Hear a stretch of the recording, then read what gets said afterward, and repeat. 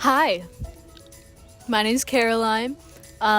This is gonna be my house for the next 2.5 weeks. Okay, let's back it up for a second. I've been talking about doing van life for a few months now, and finally the time came to give it a shot in my parents' converted van, Vanna Gray. She's a 2012 Dodge Caravan with a folding bed built into the back by my legendary father. The plan was to take 2.5 weeks to just travel around and live out of the van, but it was a lot to get the hang of, especially in the beginning stages. So this is the current situation. We're packing. Things are everywhere. Everything is a mess, but somehow I'm gonna get all of that into the van and it's gonna be okay. Alright, so I've been getting ready all day. I've been packing, I've been shopping. I'm just like so overwhelmed right now because I've got all of this stuff sitting out and I don't know how I'm gonna make it all fit into my van, and I am so like I know it's all gonna be okay. I just gotta push through this really hectic stage. But like it's really setting in now and I'm really scared now because I'm just about to go do this. I'm about to go disappear into the woods for a little while.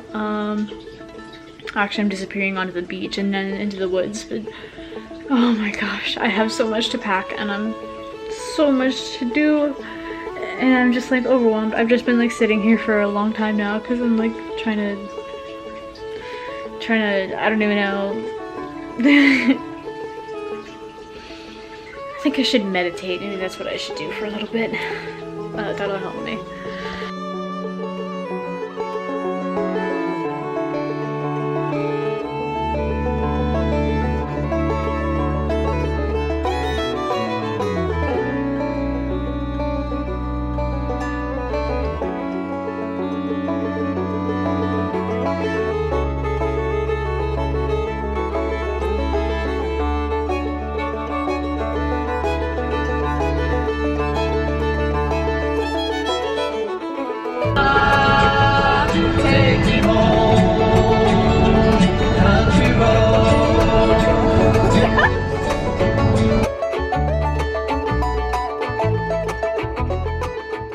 Okay, so I'm driving right now. I'm in West Virginia, and it had me take a left across a highway, and now at the end of the street, turn right. I'm on a gravel road full of potholes. I'm losing it. Oh! I don't know what I'm gonna do if I meet another car on this road, because this is literally like one lane gravel road that I'm driving on right now. I'm so scared, but it's all part of the adventure. So I'll update you guys if I don't crash in the gravel road. Yeah. Oh good, I'm getting close to the beef jerky outlet.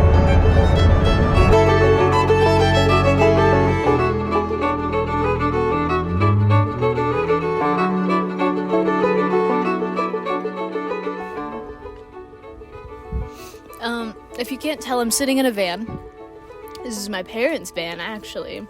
I'm just vibing. I've been driving all day. I'm sitting in a truck stop in Virginia. I am so scared right now, but also really excited. I think it's gonna be great. Anyways, bye. So now that I was out on the road, it was time to find some things to do. I found lots of hiking, and I toured the caverns at the Natural Bridge State Park, which at one point brought me 347 feet underground. Phineas and Ferb? Is this where they filmed it?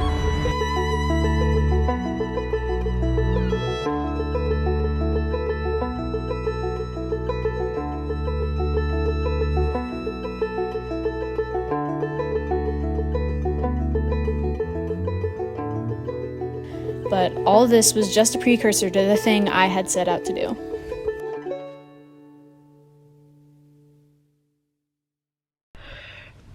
I just drove to the East Coast all by myself. I am here. The beach is like right over there. The beach is right over there. I'm gonna go. I'm gonna do it.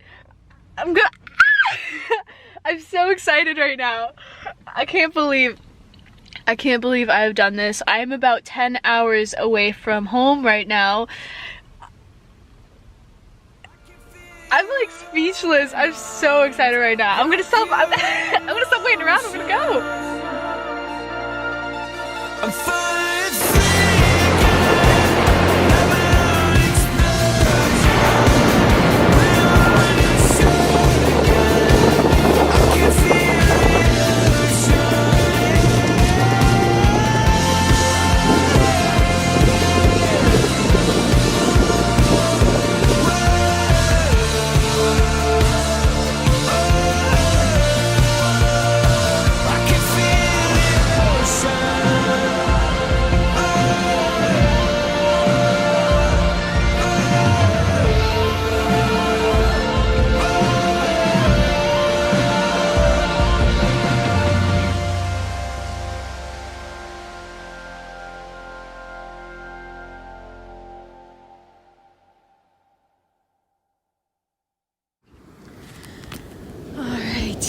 Well, here I am. I've been up for a little while, walking the beach in the Outer Banks. And this ocean is something else. But a couple days in, I'm remembering my dad is right. Because before we left, he told me that the hardest thing about this trip is gonna be up here. And I didn't, not believe him. I figured it probably would be, you know? Roughing it has been fine. It's actually been really fun, trying to figure out where to sleep and then holing up in the van for the night. That's peaceful, it's comfy, it's quiet. But the hardest thing has been being alone with my thoughts.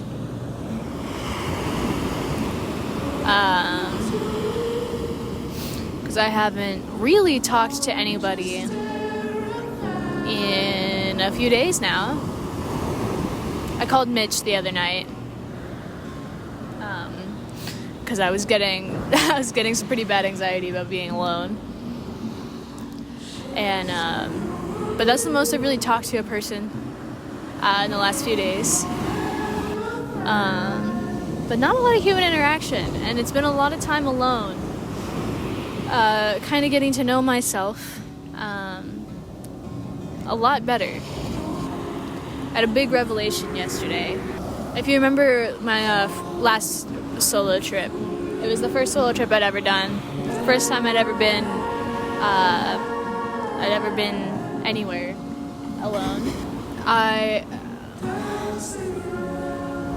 was in the midst of figuring out a lot about myself. One of the things that stuck out to me as I was rewatching my video from the Chicago trip was how I said I don't think there's one right way to do things.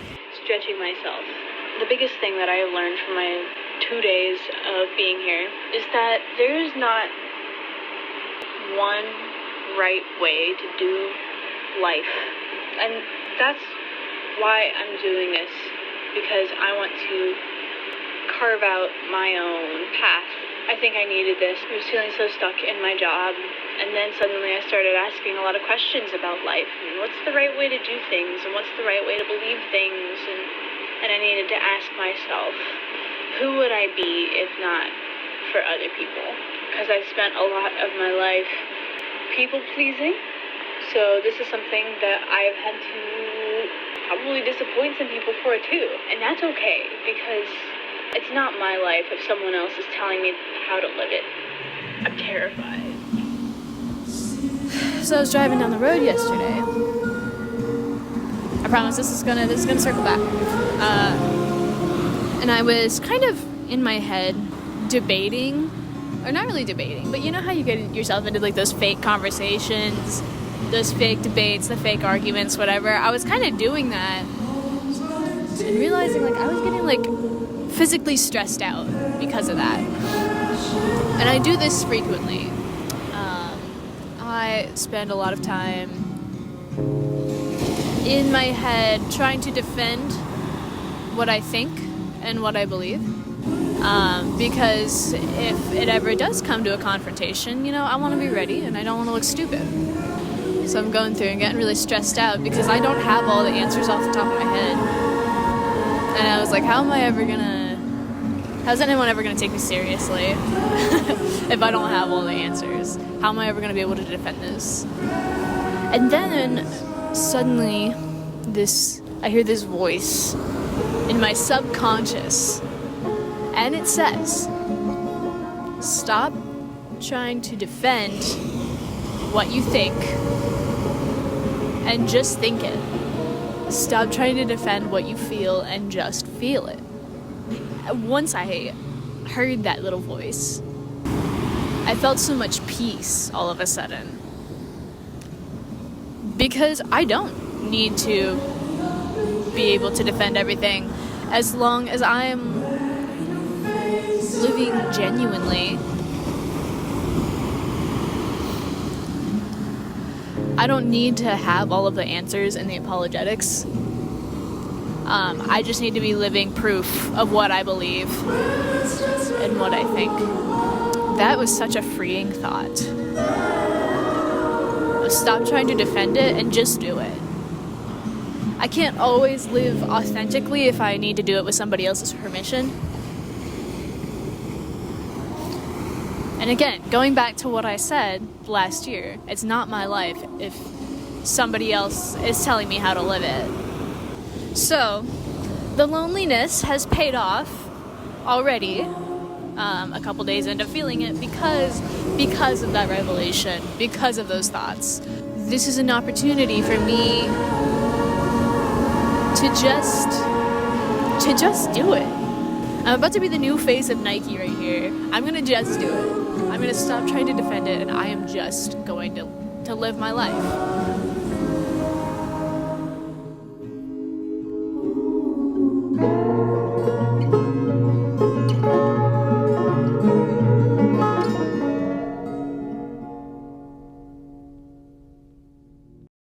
I had quite the flow going here for a day or so, following that moment sitting on the beach and reflecting on being living proof of what I believe. Unfortunately, I was completely unaware of what the next day would bring me. Good morning. I've been awake since 4:30 this morning. It's almost 8 now. My anxiety has been so bad. Someone dropped something or something crashed outside and spooked me awake, and I haven't been able to just let go of that adrenaline. I'm doing a little better now, but I'm going to the aquarium today, so that'll be fun.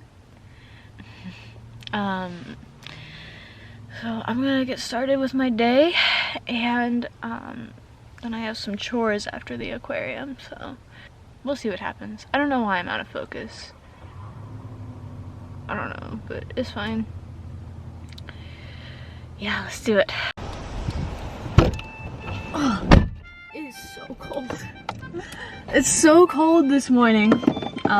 Rain is coming in, so I'm going to the aquarium. Right now I'm gonna drive out to Roanoke Island and find out what's going on with my reservation, because I made a reservation yesterday but it didn't take my payment information, so I have no clue. So I'm just gonna go in there and be like, hey, I help. Spoiler alert, they did not take my reservation, so I had to entirely change my plan and start the day over from scratch. I decided it would be a good time to drive 2 hours out from where I was to get a shower in hopes of washing away the disappointment.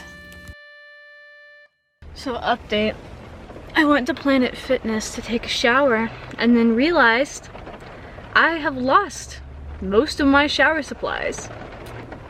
And I'm exhausted. I'm so tired right now and I'm so mad. I'm still in the parking lot. I'm gonna go to sleep for a little bit and then solve this issue and do all the other stuff I need to do, because right now I just cannot handle doing anything. I'm so tired. Maybe everything will be okay when I wake up. I just need to go to sleep, reset, and then we'll think about this again in a couple hours. So I'll check back soon. 2 hours later. I feel like I'm alive. I think I'm gonna make it. So I'm gonna get some food. And then I don't know what's gonna happen, but I know it's gonna be okay, so. Later. I'm so silly. I booked a reservation to go ride horses on the beach tomorrow morning, which I'm so excited for. It's gonna be great. Except that I booked it at Cedar Island, which I didn't really realize this was Cedar Island that I was booking at. And I'm in Kitty Hawk right now, so I have a 4-hour drive ahead of me that I was not anticipating. There's not very many campgrounds down there, so I think I'm gonna get a hotel for tonight and then figure out what to do tomorrow. I can't believe this. I did not even check to see where this place was before I spent $100 for this reservation. So anyways, we're just expediting the plan a little bit, and it's gonna be fine. It's gonna be great. So let's go to Cedar Island, I guess. A few minutes later.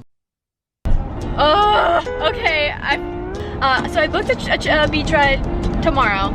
Then I was like, okay, I'll get a hotel and I'll stay at the hotel for the night. So I got a hotel in Ocracoke. But you know what's the matter is the ferries are not running right now. So I had to cancel my reservation at the hotel. And I could not get a refund for that. So I really want to cry right now. But it's all part of the adventure. Oh! I always talk about how I want to be honest in these videos, and I'm being real honest right now. Like, I have had probably the worst day so far on this trip, and it seems like it just keeps getting more and more complicated. I'm so hysterical right now, but it's okay. It's all gonna be okay. Because you know what? This leaves me with a great story. I'm gonna have a great story after this. And I'm gonna ride horses on the beach, so it's gonna be okay. So anyways, let's do it. Let's go.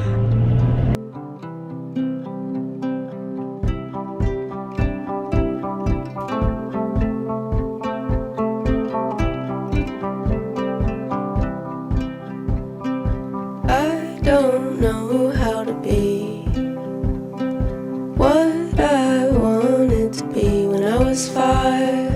Sometimes blue eyes, sometimes green.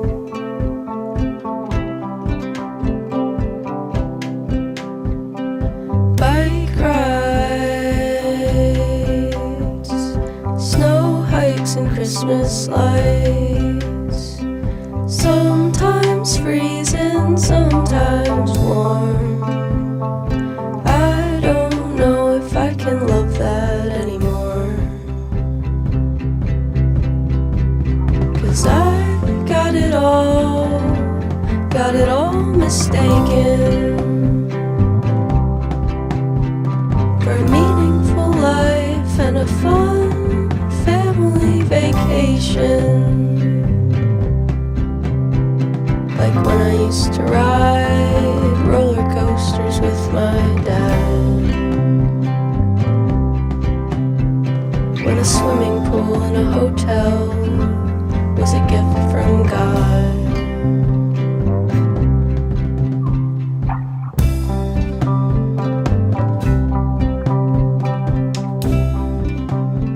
I cannot stress enough how hard that part of the trip was. It took a long time for me to be able to recover from it. So long, in fact, that I didn't pull out my camera at all when I was riding horses on the beach. Here's some pictures just so you know I actually did it, but ultimately I think it was good to take a moment to do something off camera for myself. There was no need to narrate or perform or have it make any sense. I just let myself experience it. And that's the hard thing about making these videos sometimes. I love to have the memories that I can play back anytime I want, but I often have to remind myself to put away the camera and experience some things just for me. Keep it intimate between myself and anyone else who may be around to experience it with me. Some of the best parts of this trip I didn't record, and the only proof that I have that it happened is what I carry in my heart. There's a whole other piece of this trip I spent in Gatlinburg, Tennessee, but I didn't record much of it beyond a few pieces of a hike and my trip to the aquarium. But again, I put away the camera and I experienced this part of the trip for myself.